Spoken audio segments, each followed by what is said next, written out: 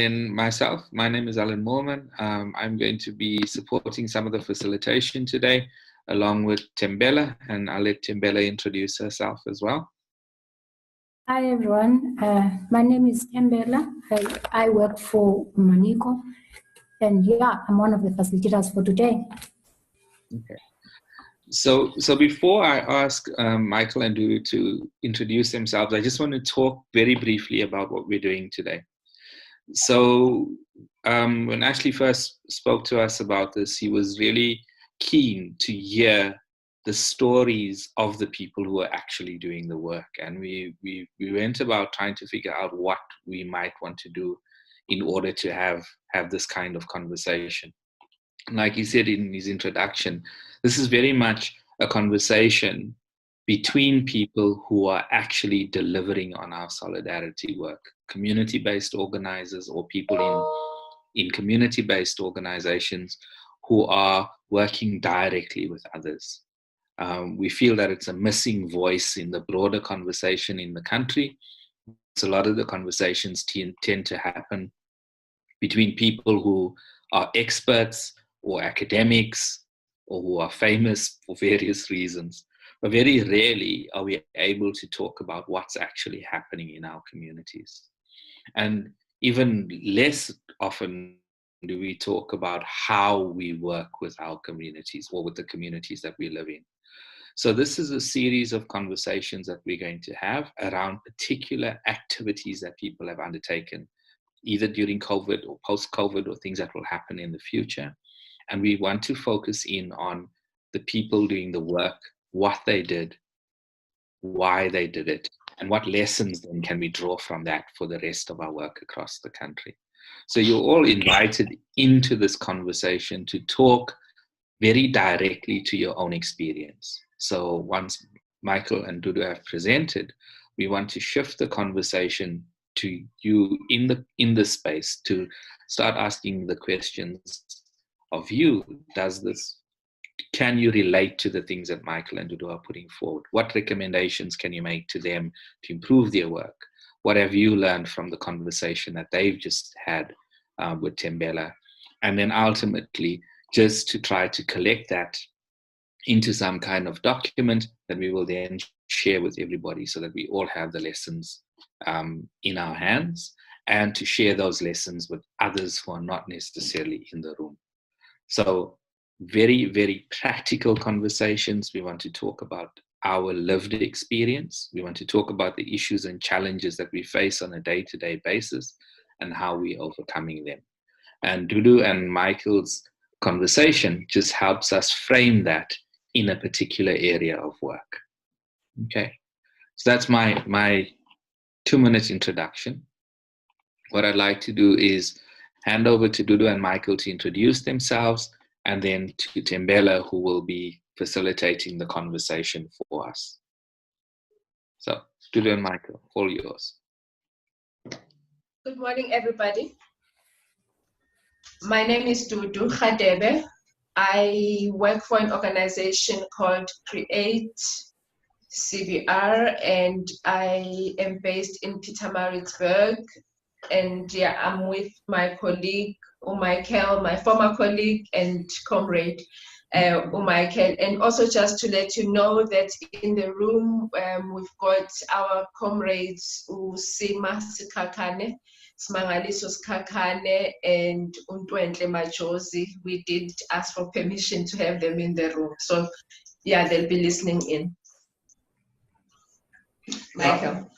Yeah, my name is Michael Madinga. I work for PEXA, based in Maritzburg. So as you can see me, there's a Michael Malinga name. So my comrades are using my phone on the other side. So they are just mute, going to listen to what we are saying. Thank you. Okay, thank you so much, Dudu and Michael. For those who are listening, we are going to, the way we are going to facilitate this session is that we're going to have an interview with Michael and Dudu. And I would actually suggest that you unmute yourselves, because I know sometimes when you want to speak and we have to start now, unmuting, it becomes a problem. So we're just going to have an interview about the work that they had done during the lockdown. And then, as Alan had indicated, once they are done with the interview, we'll open up a space for you to ask for questions of clarity to them. And then after that, we open up a full discussion where you bring in your own stories. So thank you so much for the two of you for agreeing to be part of this discussion today. So we know that you have gone through a food drive during the lockdown. Can you tell us a bit about what you did and what inspired you to do the work that you are doing? Okay, thanks, Tembela. So, comrades, I think what was important for us, our background is in social justice, and our interest as well as activists was to explore what the impact of COVID-19 was going to be on the marginalized, as we work with primarily marginalized groups, PACSA, with young people and women and so on, and create works with disabled people. So we also looked for other organizations that were going to work with us, and we invited, initially before even the lockdown, we decided to bring together a few comrades from various organizations in Pietermaritzburg to reflect on the impact of the of COVID-19, first of all, on the marginalized. Now, once the lockdown came, we then found out that there's even going to be deeper challenges that are going to impact the marginalized. So we then sat down and said, what can we do as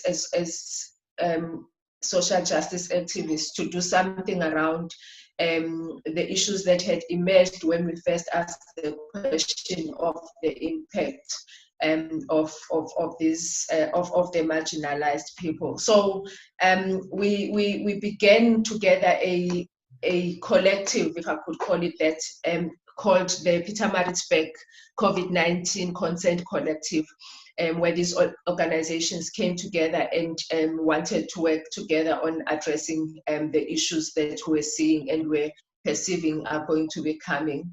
And when the lockdown came, then we felt that it would be important to look at the issue of food, because this was going to be the issue that would impact the marginalized the most. So that was why we decided on the food drive, primarily because we felt that was the most emerging issue, and it was going to impact the marginalized people. And when we talk about that, we also talk about young people who are on the streets, sex workers as well. So it was a broad group of marginalized people within the Pietermaritzburg area. I'll hand over to Michael to maybe also comment. As the studio said, we work for this organization who has been in the forefront in the fighting for marginalized. So we work also when there is a rupture. So for us, COVID-19 was a rupture. So for us to run and hide, as everyone was running to hide, was something that was uncalled for. So we, as she said, we met, and when we met, we thought we were going to see which statement are we going to issue and looking at the issues. But as we sat down and analyzed the terrain, and we saw that what concerns us, what concerns people on the street is not COVID-19 now, it's how are they going to get their next meal. So that's why the food drive was born. So we will continue to tell you then how did we then decided to do it, but it was born through reflection and looking at are we really concerned about the sickness? Are we really concerned where is the next meal going to come from? Thank you. Yeah, that's actually quite interesting because the way you're looking at this is you're saying, in a way, when everybody else is worried about COVID-19, for a lot of people, COVID-19, yes, is an issue, but more than that, the food was a big issue for a lot of people. I remember hearing people, I think it was in Cape Town, saying it looks like they will die out of hunger before they die out of COVID. When we talked with you, you mentioned that food parcels, in a way, is not the kind of work that your organizations do. But you still went ahead anyway and went into this kind of a drive. So what was different for you? I mean, why did you go for a food drive? And what was different about the initiative that you went through? So, comrades, I think what it was clear for us, and it was intentional, that we are not charity organizations. We facilitate development as organizations, and we felt that for us this is an opportunity for solidarity with the marginalized, to make sure that the marginalized people in Pietermaritzburg and surrounding areas, as you rightly say, Thembela, are not going to die because they've been told to stay at home, because we felt that some of them even didn't have homes to go to in the first place. And we knew also that a lot of them did not, even before COVID-19 came, they did not have food. And so we felt that looking at the issue of food and making sure that people are alive, basically, is quite an important issue to look at. And so this was, for us, an opportunity to be in solidarity with people who were panicking about a disease that they did not know about, because this, for many people, was foreign to them, this COVID-19. So it was an approach also to, if when we talk about it, we'll also clarify how we did it, because the way we did it was that we also went into people's houses, which was also a risk for us as organizations and as individuals who were involved, comrades who were involved, because it meant that we could contract COVID-19 in the process of doing this work, but intentionally we decided that we're going to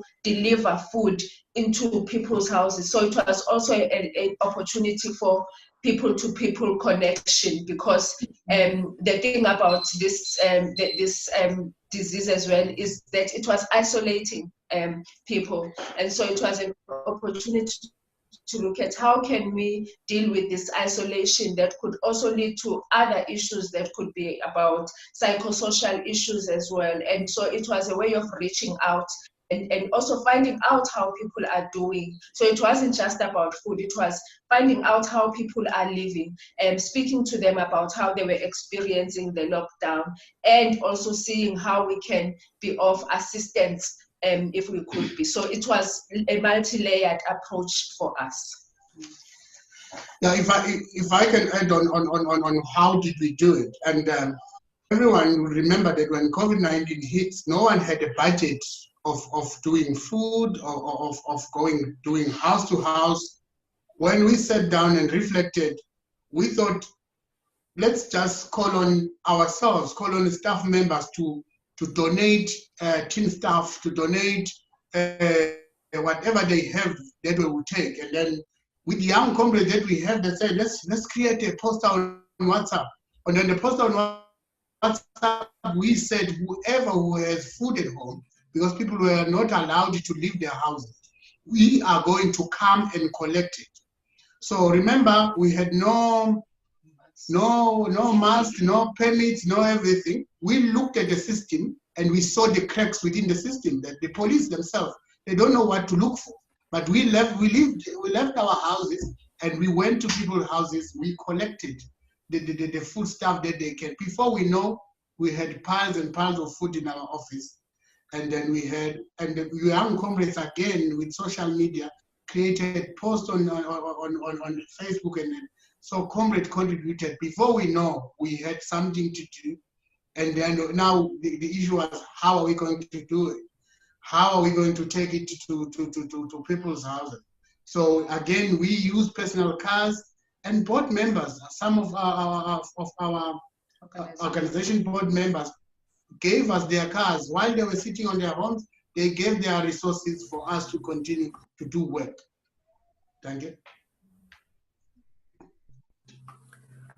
Well, that's actually quite interesting in that a lot of people, for instance, in terms of how they've been responding, especially those that were also involved in food, what they were doing was really more just drop the food and they just leave, or they just drop the money. But I think you raise some very important things that we have seen coming up quite a lot around this time: the issue of isolation, the issue of psychosocial issues that people have suffered during this time. But I also like the fact that you're raising issues about you risking your own lives, but also over and above that, taking your own resources before you can even ask people to support. You also brought in your own responses. So this sounds quite like an innovative approach. I wonder whether you could share a little bit with us about what you found as a major impacts of what you did, both to the people that you were reaching out to and also to you as the development practitioners. So for us, I think what was quite interesting, I think I'll start with one of the major impacts that this had is really the fact that we're able to connect with people. For us, the impact of solidarity was quite apparent, because even when we got into people's houses, various, because we didn't also just go to one area. We've so far reached more than 600 people, and it may seem like a small number, but also it's small because of the approach that we used, because we went house to house, so it's exhausting work. But the solidarity that was created in this, the people-to-people connection, the understanding that because we come from different organizations, as I said earlier on, with PACSA, for instance, we had comrades who had never interacted with people, or minimally in any case, with people with disabilities and extreme disabilities. But then you found young people who got involved in this work, and they were able to understand what it means to interact with severely disabled people, people who had no limbs and so on. And so it was a learning for our comrades that were with us.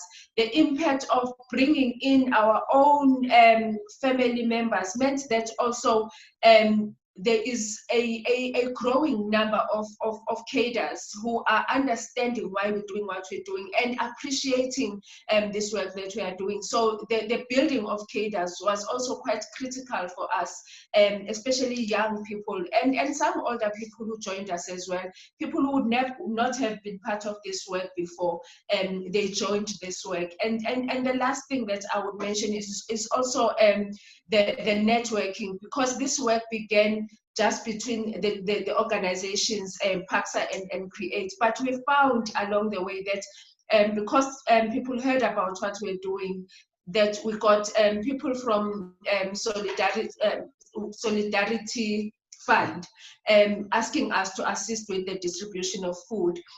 We got connected with organizations like Wonderbank who were interested, and so there was this aspect of the environment as well, because Wonderbank said, look, we can connect with this, because if we give Wonderbank as part of the food parcels, then we can be able to also enable fuel and so on to be saved.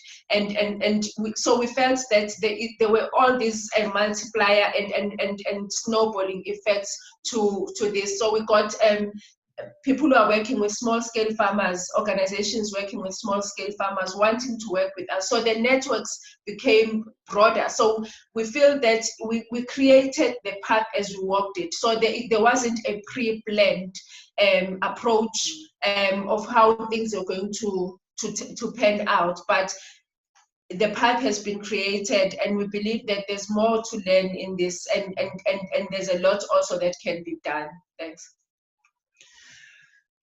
While the students almost covered it all, but for me, what I want to stress on is the power of people working together. Mm. So it started within the office, and I would like even now to mention Act 2 Bumbano, that when we made a call to Act 2 Bumbano, to Ashley and Zanele, also they contributed into all what we are counting now. Act 2 Bumbano came into our assist. People as far as from Facebook, as far as Sweden and other, they throw their 2 rounds and 5 rounds and 10 rounds. And as I mentioned, the snowballing effect of it. So we had, I think government or whoever no one has done the food parcel that is composed of nutritious, environmental friendly as ours.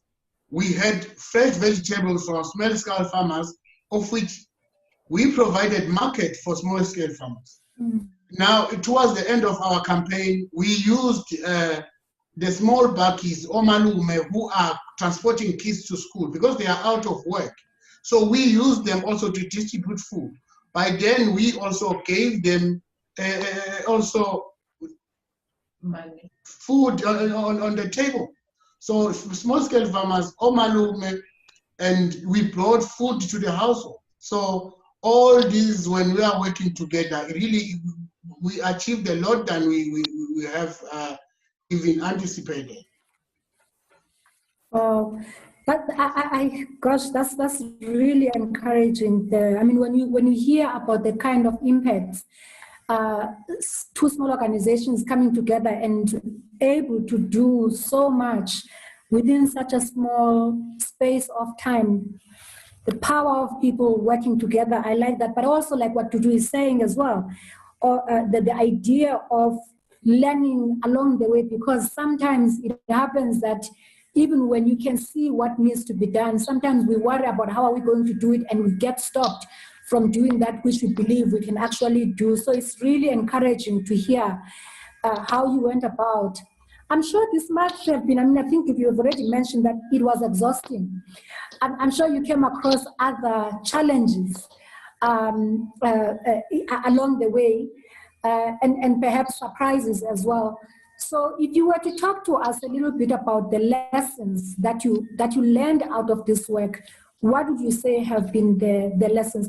And again, as we talk about the lessons, please have a reflect as well on the lessons to you as a development practitioner. And the reason why I'm saying this is because many times as practitioners, we tend to divorce ourselves from the work that we're doing when we are in actual fact part of the work. So can you share some highlights in terms of the lessons that you drew from this work?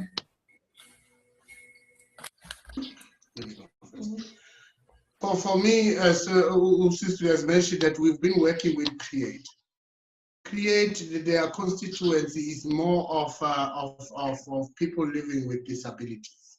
So in our kind of work, we don't need day in, day out with people who are living with disabilities.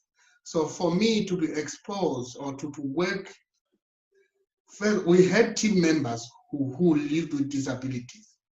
So as much as I wanted to do quick, we had to cater for the team members whom we were going with, showing us houses where people living with disability lived. So for me, I'm like, you should have left you at home, Mom. And then she said, but I want to be part of it. And for me, I look at, now am I discriminating that she should, because she's now delaying everything. The walk from another house to another house takes like 30 minutes.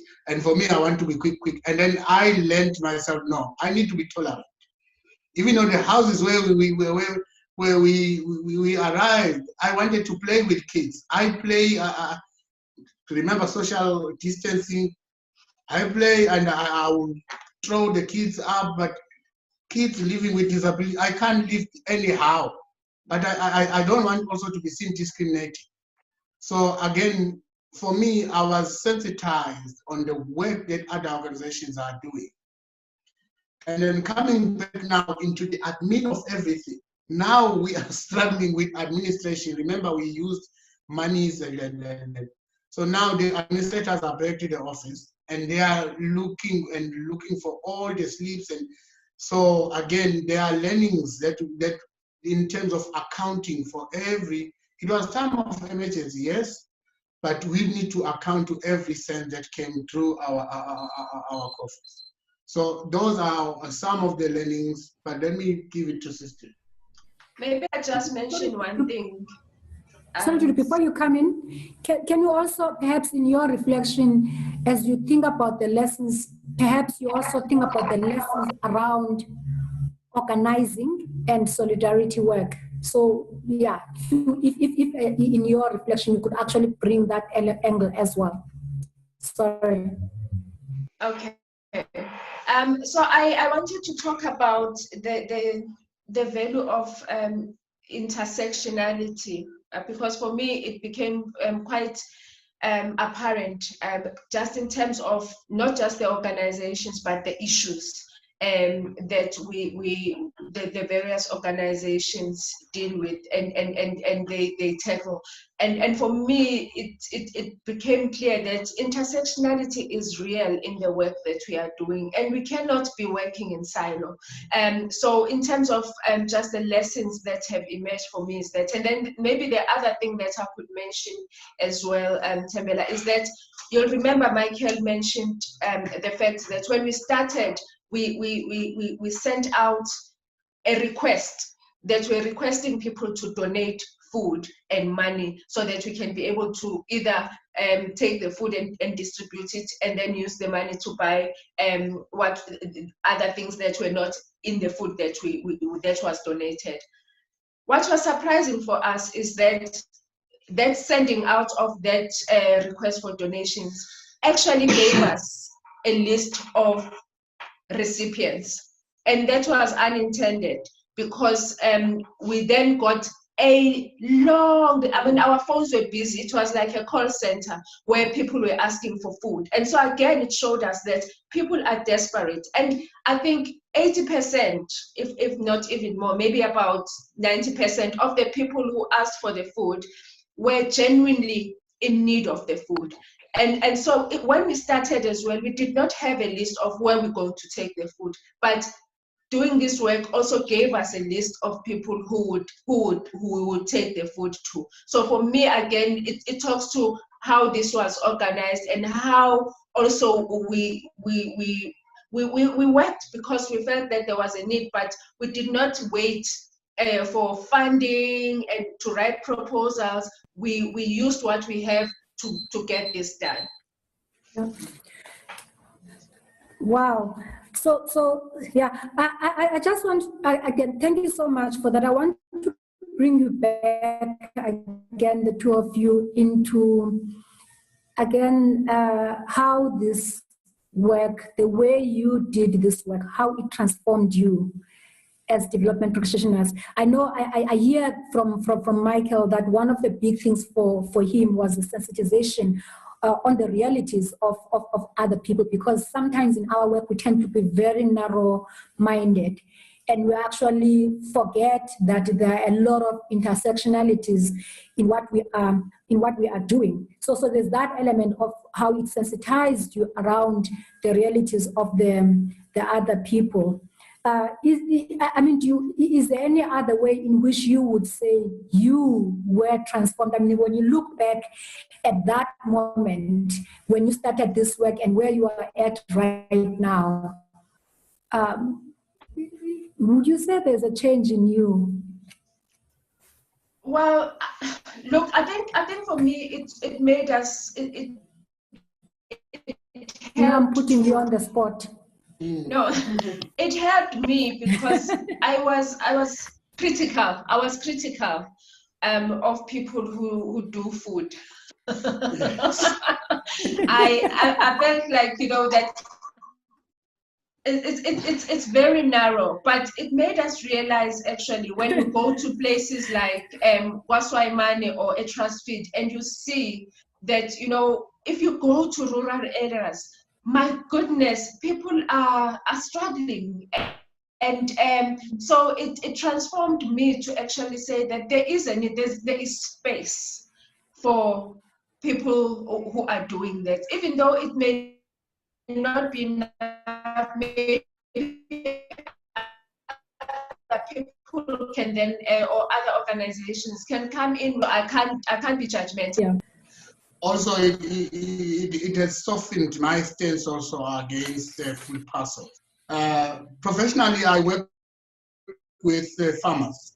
I provide trainings and in the sense of give a man a rod and learn how to fish in that sense, rather than giving a fish. But COVID-19 showed me that also the fish does assist. If you have a fish already caught, take it to someone who needs it. So this thing of don't give a man a fish. COVID-19 taught me that I should give a fish. Fish is needed somewhere. That's actually very interesting. In the sense that, you know, sometimes we look at what we are doing and we think it's the only best way of doing things.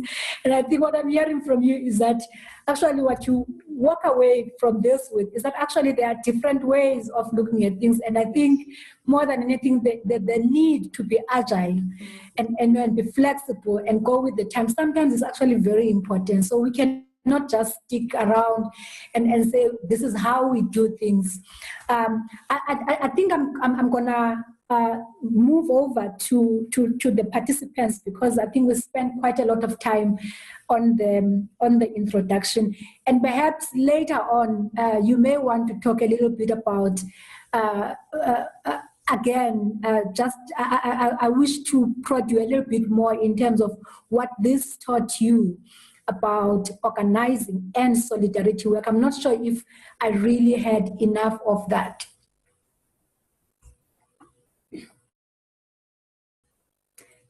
You are both on mute. Yeah, I'm saying let's move over to participants. The participants, and then okay. we'll add as they ask questions, also Okay. as we reflect as we go. Okay, great. So, Alan, I'm not sure whether there are any comments on the chat, and then perhaps we can read those and then invite the participants for questions of clarity. Yeah, so we don't have any questions on the chat, and just maybe for those of you who don't know, there's a little button, should be at the bottom of your screen, that's labeled chat, and that allows you to type in questions as well, or comments or whatever. But I think just to say that a few people have said that the input has been very inspiring. It's amazing how a small initiative grows organically and leads to such great work. Great lessons here. What I'm hearing is the importance to start something. Start, and you never know how far it can go. So I think very positive feelings about the fact that you guys jumped in and got started, and it's had a great result. So that's the sort of kind of comments that we're seeing there. And I think now we're opening to the floor for questions, comments. I think the easiest way to signal that you want to talk is to just put your video on. So if you go onto video, then we'll take that as a signal that you want to ask a question. Okay.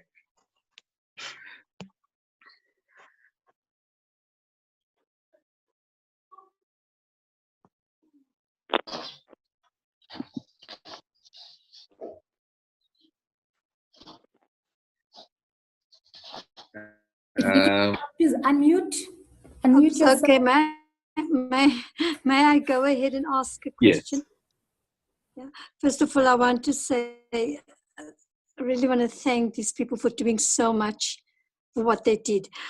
One of the questions that I have, which I hope will be taken in the spirit that I'm saying it, is what about the sustainability of these initiatives? Because my worry was with our own initiative, once, like you rightly say, the fish is given and it has to be given when it's needed.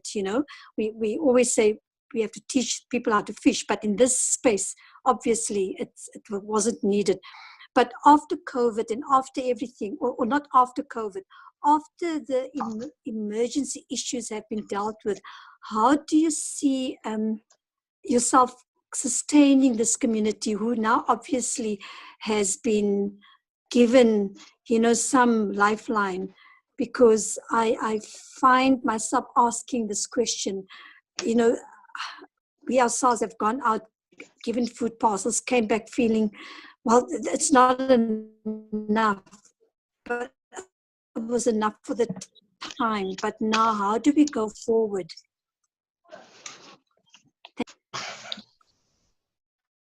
Can I maybe respond, Thembela?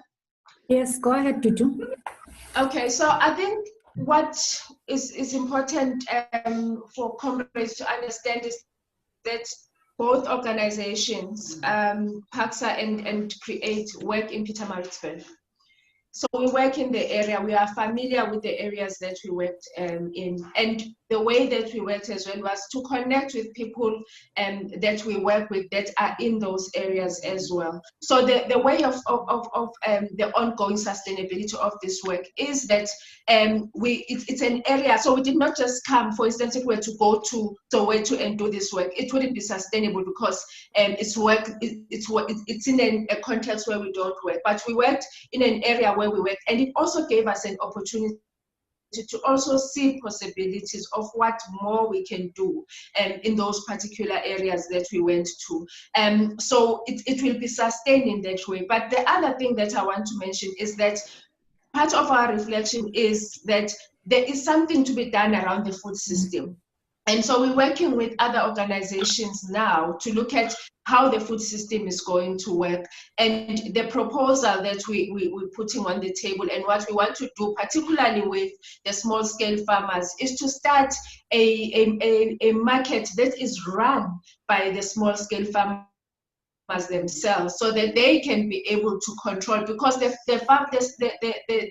markets that are established by the municipalities in various localities are not useful for small-scale farmers, and they are not accessible, they are exploitative. But we want to start something that is going to be led by small-scale farmers, supported by ourselves as well. So we see a next step to this. So we didn't just end with dropping food. So we continue to work with the young people who, some of them received the food that we've been working with, the disabled people that we're working with, who we believe that there's work that, and in any case, outside of COVID-19, we do work with them. So that's the sustainability aspect of this. Of course, there will be additional things that we have learned, and we may feel that, okay, there's an area where we did not reach and we need to actually reach because of what we have seen along the way. Thanks, that's Thank helpful you. to do. Yeah, is there somebody else who wants to raise a question to Dudu and Michael? Yeah, Simon here. I don't know if you can hear me, Yes, comrades. I can hear you, Simon. Okay. Thanks, comrades, for this meeting. It's very educational, and I'm learning a lot and also getting to know what has been happening in communities where you comrades work. So I would also like to ask a question that relates to that issue of saying you need and what is available, because it's kind of difficult to get those things to match.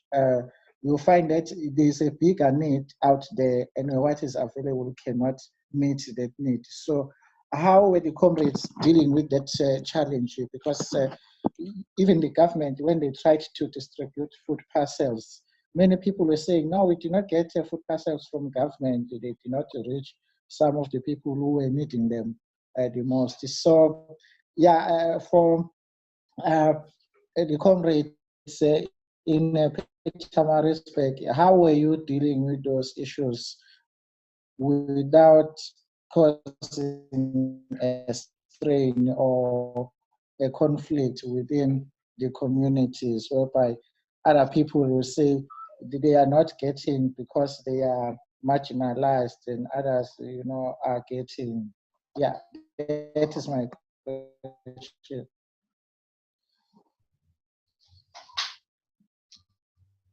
Can I answer, Tembela? So I just want to check, perhaps we can take the last question of clarity, and then I will hand over to any other question. Okay, it looks like we have enough. Oh, okay. Greetings once more again, comrades.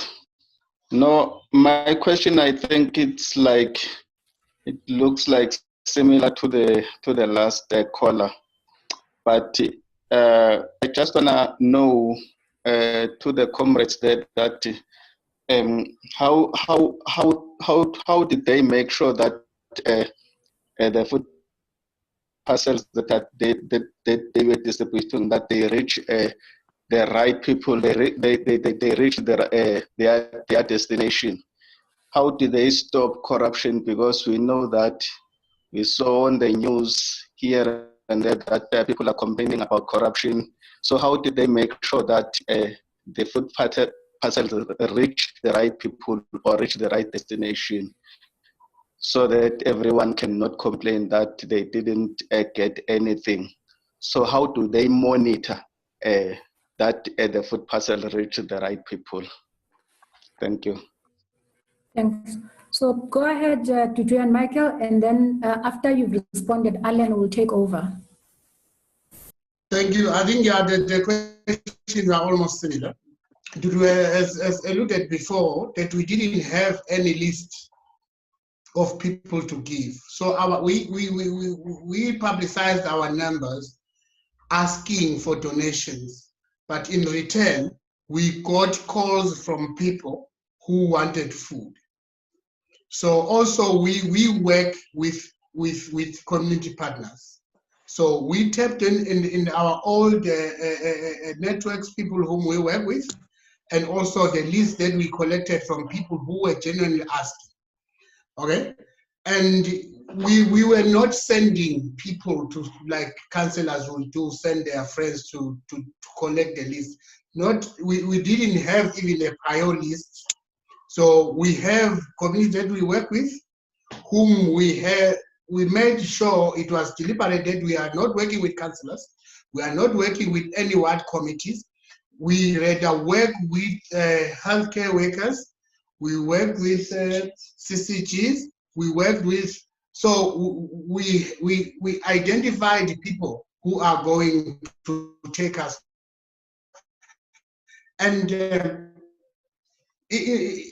even when we are delivering the food parcel, we don't come carrying, and then we knocked the house, we went in, we are doing our own assessment if this household is a household in need.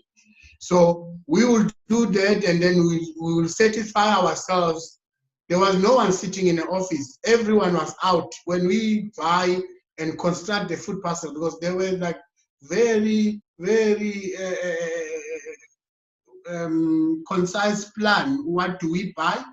What do we need? And then we come back and reflect if whatever that we provided meets the need of the people. So we made sure there was no corruption, and we eliminated councillors and all political connected people. So that's how we did it.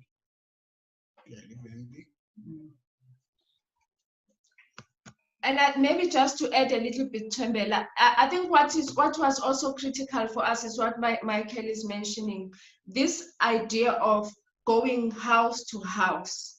And I mean, someone else may decide that maybe it wasn't the best way of doing it, but for us, it helped us to connect with people, but also to assess intentionally whether this particular household is really deserving. Because if you stand at a hall or at a church, you are not able to see whether someone is really in need or not. So for us going into the houses, there are some houses where we went and we turned around because we could see that this household is really not in need as maybe the next door neighbor. So we could actually go in there, and we don't say we're coming to bring food. We come in and we have a conversation. And if we see that there's nothing there, we then look around as well to see who else in this neighborhood is in need, or which household looks like it is in need. And again, we walk in. So there was an assessment, and there was a prior thinking as we go inside that we don't come in carrying food. So that for us was a way of doing it. Of course, also it wasn't. It's possible that there will be issues where people will feel aggrieved that they did not get food, and it's natural when you deal with food. I can't also remember how many times where we had to tell people, no, you're not going to get the food or in the way that they wanted to get it. So there are times where we did say it's not possible, and it's not comfortable, but it became necessary as well. So, you know, there are people who might say that they did not get the food because, that they feel that they deserve it, but it was our own assessment. So that sense of agency on our part as well was quite critical, that it was our decision based on what we are assessing and our own criteria as well, because we had a criteria of who was going to be receiving the food. Thanks. Thank you, Dudu. So this part of the conversation, what we'd like to ask is from everybody to reflect a little bit on the story that you've heard. And we've got a particular question from Ashley in the text box. Ashley's asking, have you done something in your community that didn't need lots of money or that didn't involve another big organization? So it doesn't have to be about food, but are there other examples of where you just started something and it had a big impact in your community? And that's open to everybody.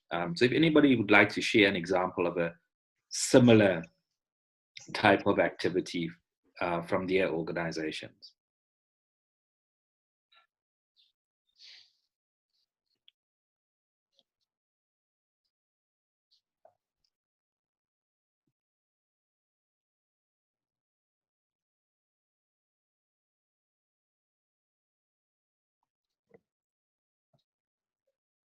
Martha. Yes. In our area from Fisher, luckily with Food Parcel, we have 3 organizations around us that are dealing with it. And this is our network organizations. So with the Food Parcel thingy, we never had that much problem because we knew we had the resources for that. So what we did in our organization, in a normal status without COVID-19, we ran our 2 Saturdays workshops that talks to the right to information, where we inform our communities about their rights and we consult with them on the 2 Saturdays. So what we did new, obviously we have a list of all the people that we always invite through WhatsApp and SMS.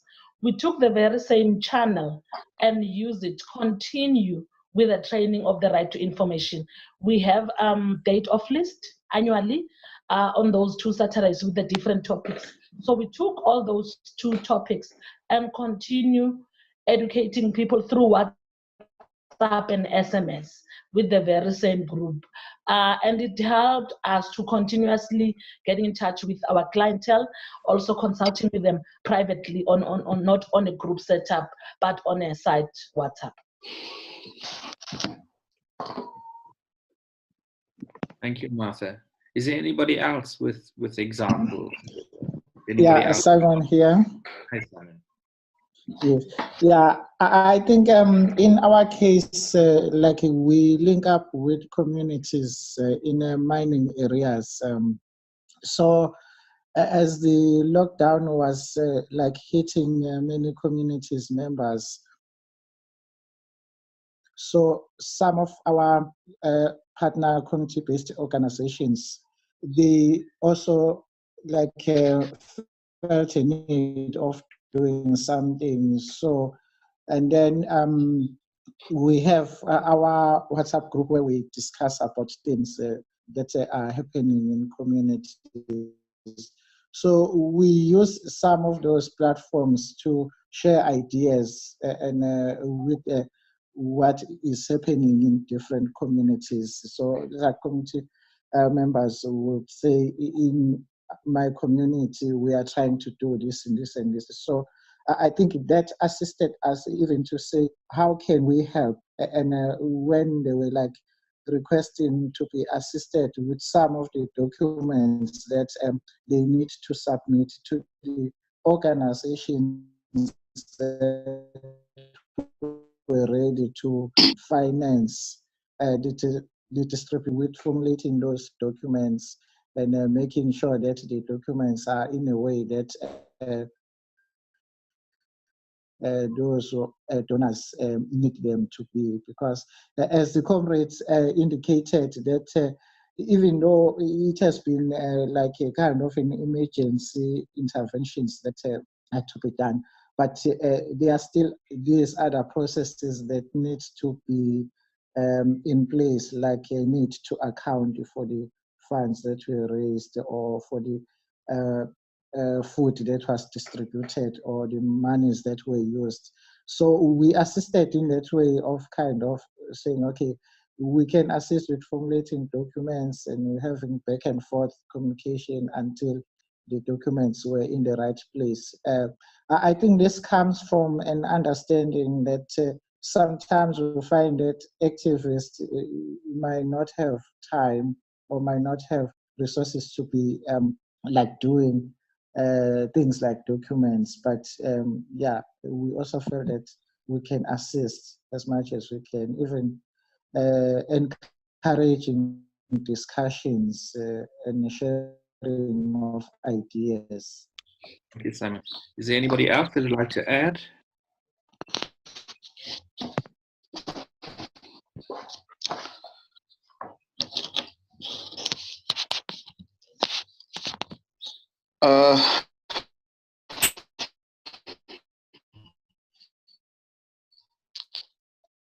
Let me come in again.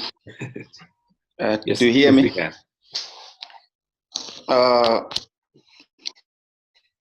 Yeah, comrades, in our area, we like due to the lack of resources, we didn't do much to help our community, and due to the restrictions of the COVID-19, we were staying at home, but we started late before the reopening of the schools, whereby we help the parents and the children at the end, the schools that are around house to check if the schools are ready to be the water and the sanitizer, as well as the mask are still. So we worked together with the principals of the schools, together with the community. So we visited a number of schools, and we find that the schools, some of them were ready, and some of them were not ready. Those who were not ready, we like working together with the principals of those schools who were not ready to make them ready, and like request what is not available at school so that the school will start to function. So we visited a number of schools, but we work together with the community as well as the parents, because you know as well that the parents were panicking about the reopening of the schools. So we as the leaders, because they were looking upon us to take action, but we try like to calm them down because they were very panicking. But so far, then everything is going well as we speak right now. So our project was like helping the school because due to limited resources, we didn't do much. But as an organization that is based on the community, then that's what we did so far. Thank you. Thank you. Any other comments?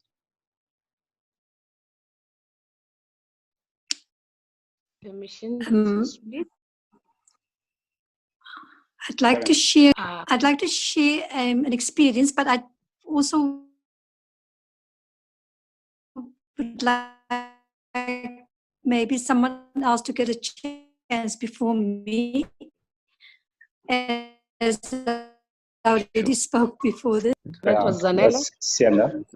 Okay, I'll speak after Zabele. Oh, okay, okay. Okay. Okay, I want to add on what Busiso said. Here in Dannhauser, when everyone was worrying about the sickness, us, we were worrying about the food and its cost. And as we are way out of big cities, so no one was seen from around our small town to educate our people about the disease or give them food parcels. So it was up to us as activists to come out and mobilize ourselves in order to assist our communities.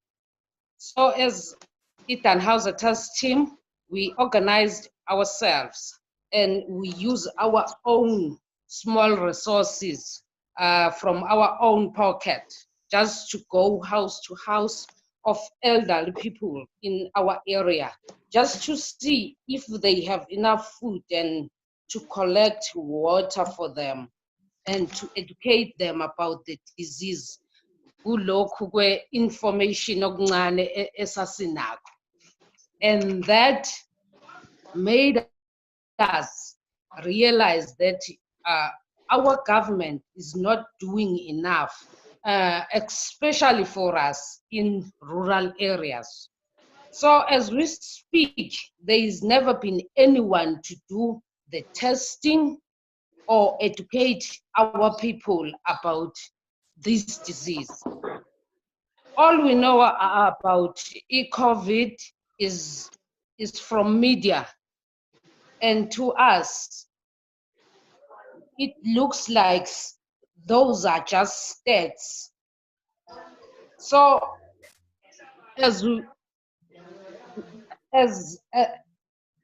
abahlali basemakhaya eDannhauser, we are also surrounded by mines, but they did nothing for communities during this period. So yeah, that's what we are experiencing, and those are the difficulties that we are facing as abahlali. Thank you. Thank you, Zanele. Sianda? Okay, thank you. So I have a question and a comment.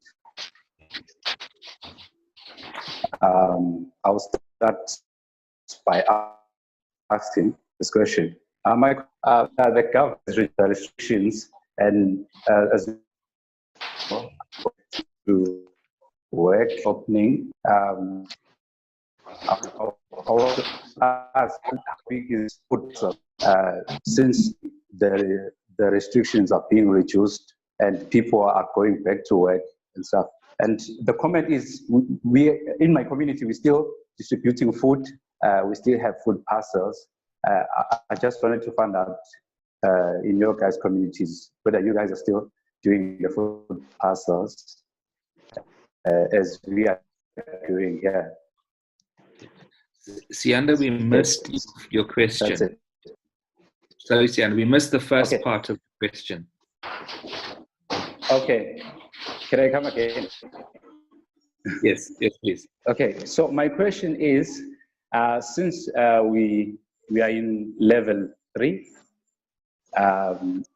the levels have reduced. I wanted to guys find out from you guys whether how big is the demand for food parcels in your communities, since some people are going back to work and the schools are reopening. That's the question. How big is the demand of food parcels? Anybody got a response for Sia?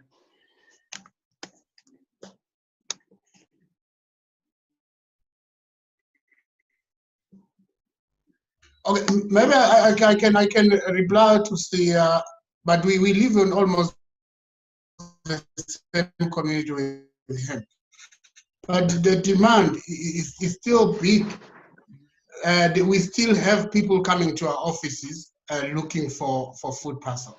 So the school reopening, the people going back to work here, but they are still not yet earned a salary. So there's still a very big demand, and they've lost their jobs. We have given sex workers food. We've given taxi drivers and taxi conductors, so whom they are still like working on a very limited shifts. So they still need. So in totality, there's still a very big demand. Yeah. Thank you. Thanks, Maliga. Okay. So, is there anything else? Okay.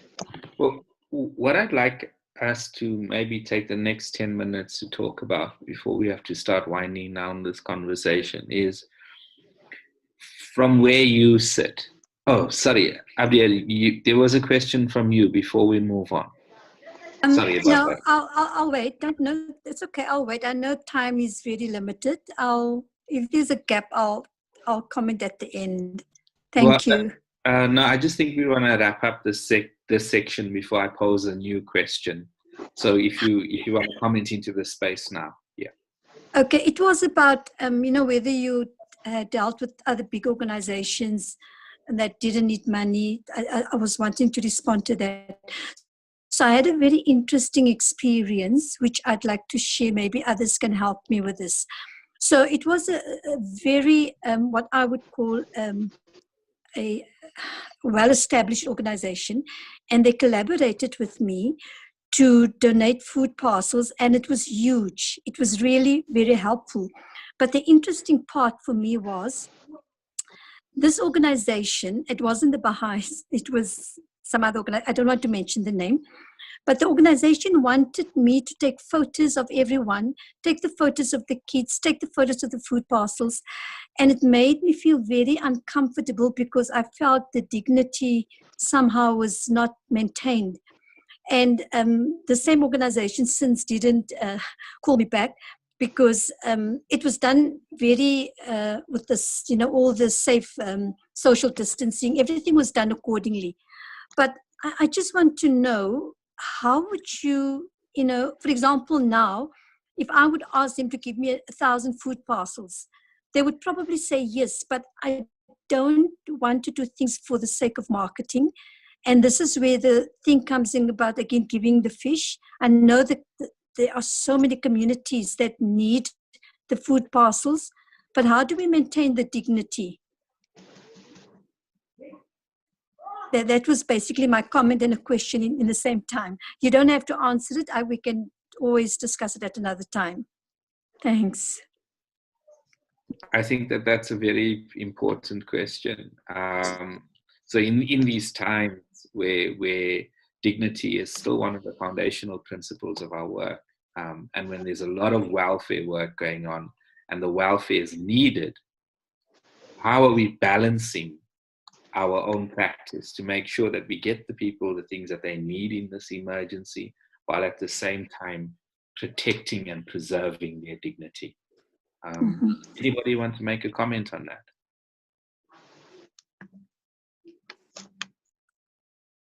I'd like to comment on that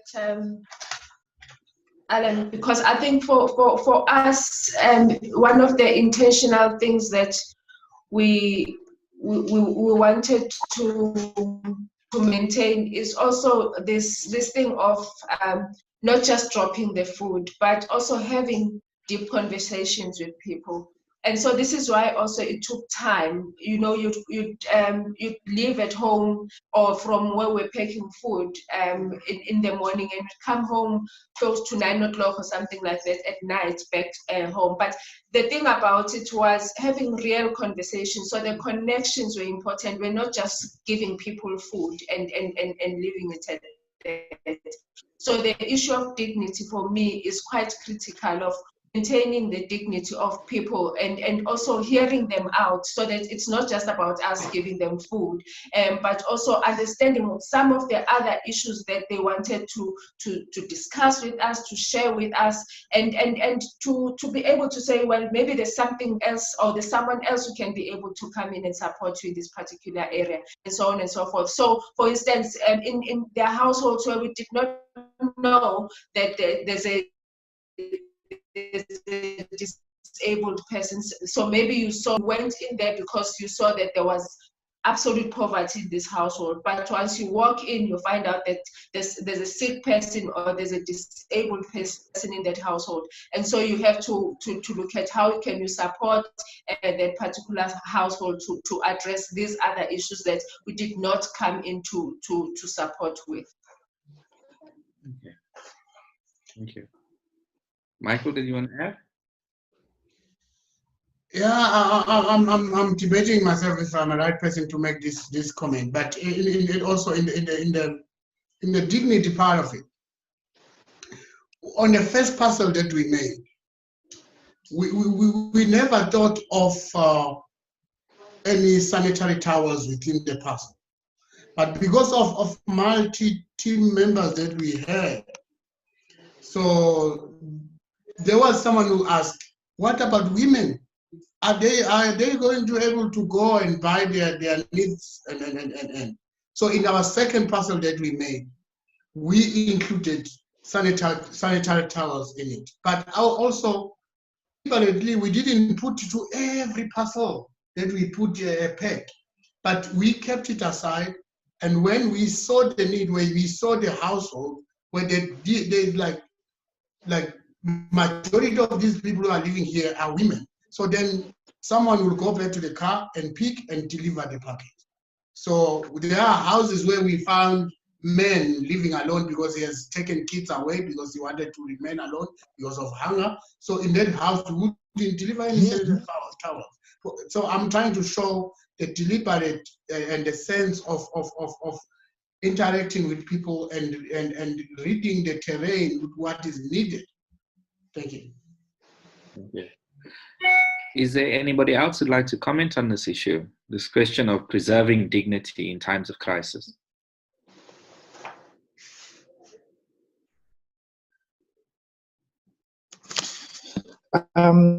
Simon here.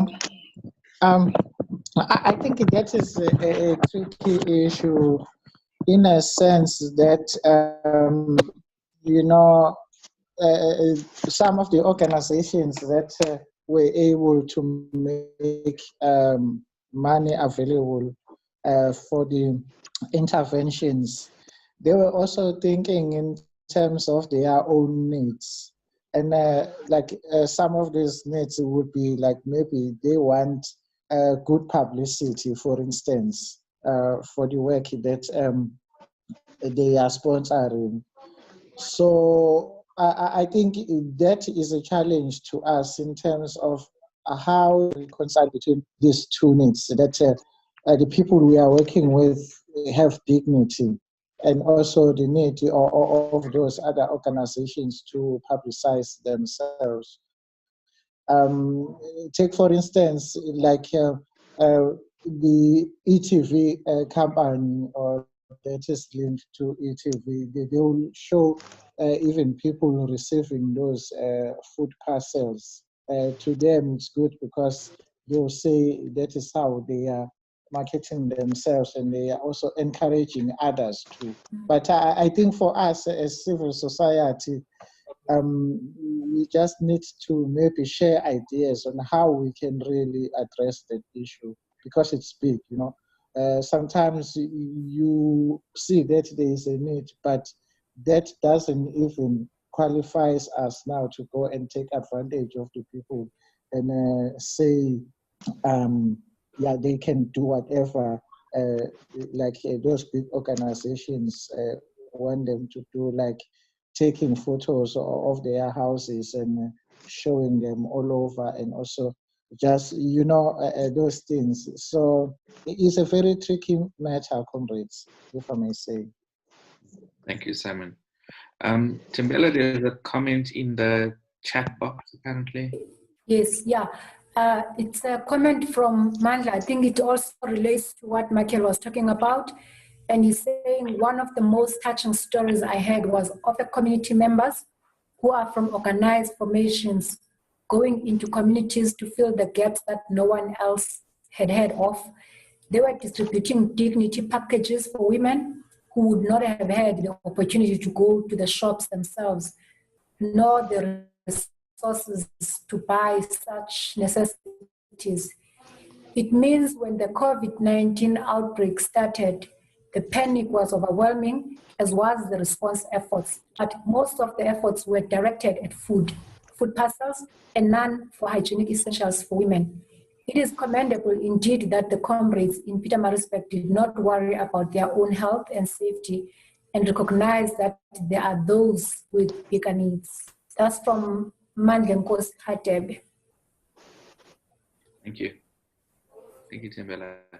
So we don't have a huge amount of time left. What I'd like to ask is, for those of us who haven't had a chance to talk, is there any comment that you would like to make? Anything that you're sitting with that you think that everybody else needs to hear?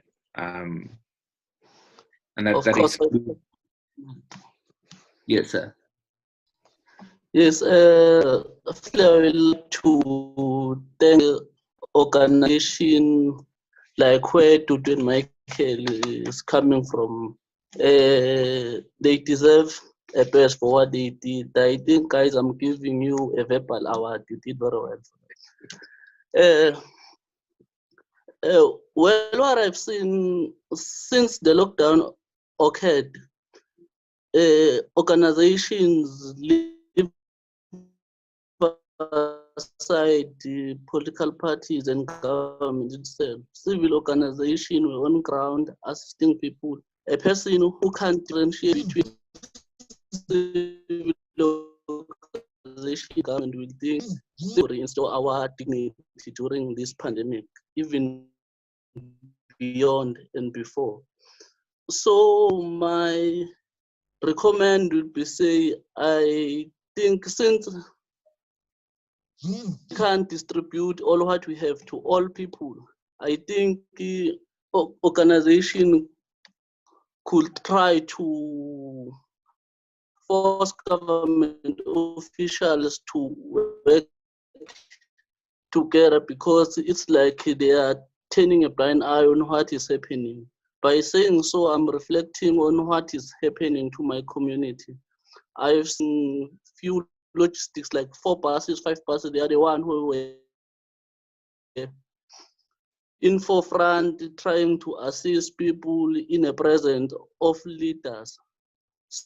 So I think organizations, they do more beyond their capacity for assisting people. Civil organizations are the one who have got the interest of people at heart. But I think we must try to reinforce our leaders to assist, because they receive a lot of budget. As I'm speaking right now, municipalities are spending 20 billion and so forth. And before that 20 billion, they've done nothing. Even if they receive it, I think they will do nothing, because if you see where, so lockdown will be over soon. What will happen with that amount? I think we must try to engage them to release those funds. I thank you. Thank you so much. Is there anybody else who hasn't had the chance to speak who'd like to say something?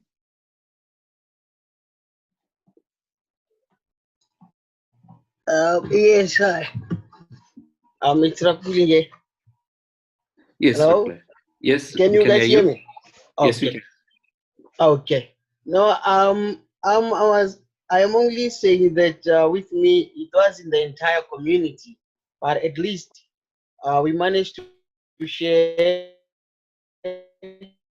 our food with one family that my mother chose. So, because the reason being, food parcel issues, the food parcel thing, it was then politicized. Then they would tell you that if you're not in the women's league or a card carrying member of a certain party, then you're not going to get food. So then my mother decided to give this old lady part of the food that we had at home. So that's what I wanted to share. Thank you. I think that's a very useful reflection, that it's not always about the scale, but it's those true acts of person-to-person solidarity that is as important as whether we're supporting 5,000 people or not. I think that's a very important reflection for all of us. So we're reaching the point where we're going to have to do a bit of a wrap-up. I would really have loved to keep this conversation going for a little bit longer, because I think that there's some important energy that we have. So what I'm going to try to do is quite quickly take us through what I've heard. And we will also be making a very short report available to everybody that's been on this call and to others as well. So I think importantly for the example that we had today, there are a few things that I think are really, really important for us to hold on to. One is the absolute importance of connecting with people. So I think the big decision to go out and to see people and to talk to them in their homes and understand what their needs were was probably the basis for what became a very successful program. So it wasn't sit in our offices and imagine what people needed. It was actually going out and talking to people and actually trying to figure out what their real needs were. The second thing is, out of that is a very strong effort to make sure that people got what they needed. So it wasn't we treat all households the same. It wasn't we treat every single person in exactly the same way. We didn't take this notion of a community as one blob that looks exactly the same, so we can deliver a program that ignores the very particular needs of people. And in this instance, very clearly, the needs of people with disabilities, and how that reshaped the way the non-disabilities organization is going to be doing their work in the future, being aware of, conscious of a new and different experience that they maybe wouldn't have had before. So the other one is the realization around the access to sanitary pads. It's targeted, it's well thought through, it's the use of resources in a way that's really, really efficient. I think the words that stood out for me was from the conversation was that the intention was to to be true to the values of the organization, that the delivery of what we call charity in the beginning was not what this was about. So we recognize that people are in need, we will give them food, but we worked in a space and in a way that provides the basis for us to be able to build up a long-term response in that community. It allows us to establish the relationships, or to build on existing relationships in this instance. And it was really, again, about making sure that people saw solidarity. So the action of coming to your house, the action of being visible, reinforces people's sense of self-worth and does a whole lot of things to strengthen our activities going forward. The words that were used were building people-to-people connections. The impact was that we were able to connect to people. These were phrases that were used during the conversation. And I think the other thing is that the process also through talking to people and through engaging with them, potentially that they wouldn't have normally seen, that they now can think about and build into their programming going forward. So this moment of crisis has probably led to a much stronger program, a much more rooted program that allows PAXA, Create, and hopefully others in the room to think about the work that they do in a very different way, in a stronger way. The phrase that probably stands for this entire conversation for me is this notion of the power of people together. That it's two organizations coming together, they work together, others see what they're doing, they join, they connect. It's thinking about who is in the communities we work with, how can our programs connect other people to be able to access livelihoods. So the informal transport workers, the small-scale farmers, all of those are really, really important for us to connect whole of community, not just the parts that we think are the most marginalized or the most vulnerable. So we're building solutions that are located in community. It's a very interesting set of phrases. I was critical of food, and I've softened my stance on food parcels. This conversation about that we constantly have about the rod or the fish. And I think what's clear is that in this country and in many, many development situations, we know at certain times it is the fish in order to save somebody's life, in order to create, once they are stable, a longer process of teaching them to fish.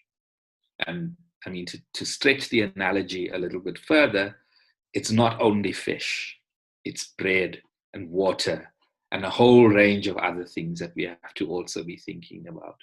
And Dudu's comment about intersectionality, I think, is really pointing us to that, is that we are not engaging in community with individuals that are square blocks. They're complicated. They have multiple needs. They have multiple relationships. And all of our interventions, we constantly have to be thinking about who is it that we're working with, and to adjust our interventions to suit those. The question of sustainability, I think, is a big one, but I think has been answered to some extent in that very few of the organizations that are on this group are drop-in peer type of organizations. They have a consistent presence in community. At this time, they took an extraordinary measure to provide food for the people in that community, but their work will be ongoing and will focus on a whole range of things outside of food and this crisis that people with that we're working in. The question of politics comes up over and over again. The politics between people, who should get it, who doesn't get it, why are you giving to some people and why are you not giving to others? The role of our political leaders or the non-role of our political leaders in providing security for our communities is also one that plays out in this space. But I think that the important lesson from this is that we have to be secure in the criteria that we use when we're delivering social services. So it's not so much that we try to deliver to everybody, but we are clear about why we are giving food parcels or any other service to particular groups of people. That clarity, that ability to explain that to others is far more important than reaching millions and millions of people. So it's that understanding of what you do and why you do it. Some really nice examples of low-cost programming.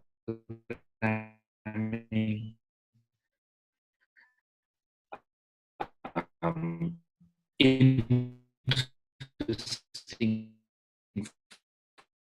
focus on WhatsApp, which I think is something we might want to explore in another conversation. And I think a critical issue that was raised in this discussed today. And I hope you find it useful. If you have any questions, whatever, I don't think that this is a conversation that we want to stop right now.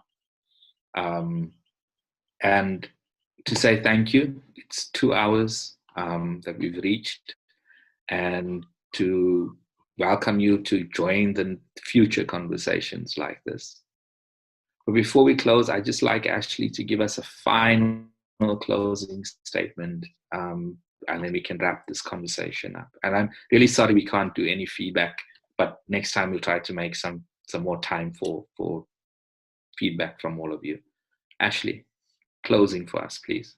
There's so many reflections that have come up in my mind. I think for me, the biggest one is listening to Dudu and Michael talking about what they did and how they did it. There's two ways in which you can listen. One is, that's an interesting story. The other way of listening is to say, I wonder what I can learn from what they said. That intervention, for me, my takeaway, for example, was this notion of welfare versus, address the root causes, charity versus justice. People are starving, how do you feed them, and at the same time build political consciousness? That was what I learned. It challenged my thinking fundamentally. We've got to open our minds to hearing those challenging points, not just the descriptive part of Michael Malinga fight. I can picture him in Pietermaritzburg fighting with the police, saying, okay, you can't take away my right. This is not a state of emergency. I can go and see my comrades if I want. That's interesting. It makes for interesting listening. We've got to be able to learn, extract the lessons from these discussions. And we're hoping that this will get increasingly better at doing that, particularly at how we manage the technology side of it. So I think you've been our guinea pigs. We've never done such a conversation before. I'm hoping that we will do it even better next time, but I think this has been a great start. So I want to say, ngiyabonga kakhulu. Inkosi. Thank you very much for I think what has been an interesting conversation. And keep watching the spaces that we are going to circulate. We will let you know when the next subject is on, or when the next hub is on, probably in 2 weeks' time. We're still keeping them small. We're not going to be going to resist the temptation to make them big meetings, but we'll see, we'll adapt as we go. So thank you very much. And thank you to the facilitators for a great job. Thank you, Ashley. And my colleague who led the conversation gets the honor of closing us off. Thank you, Thembela. Well, I just want to say thanks a lot to Michael and Dudu. They really did a sterling job of sharing their own experiences with us within such a short space of time, and they did it so well. And thanks everyone for joining in. The one thing I just want to say is that anything. Oh, we can hear you. I was going to say, you to the participants, you will if you could, you will be getting an email or a call from Ubumbano about how today went, and just to help us evaluate the session and how we could improve it for the future. Yeah. Otherwise, thank you so much. Yeah. Bye-bye, everybody. Thank you for the time. We'll talk again soon.